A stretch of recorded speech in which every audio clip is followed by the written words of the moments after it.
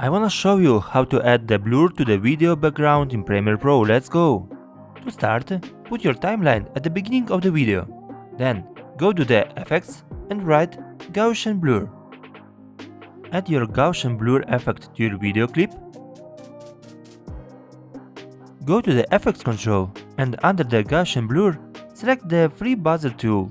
Start to draw the outline around the subject. Next, go to the mask path and click on the stopwatch icon.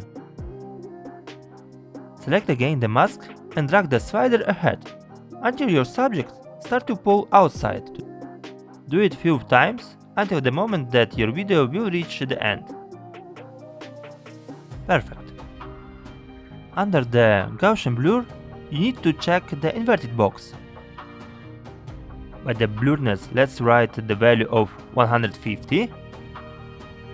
And let's play with the values of mask feather and mask expansion. Of course, you can adjust your values based on your preferences. Everything is ready, let's see the result. Help to grow this channel. Put your like and subscribe.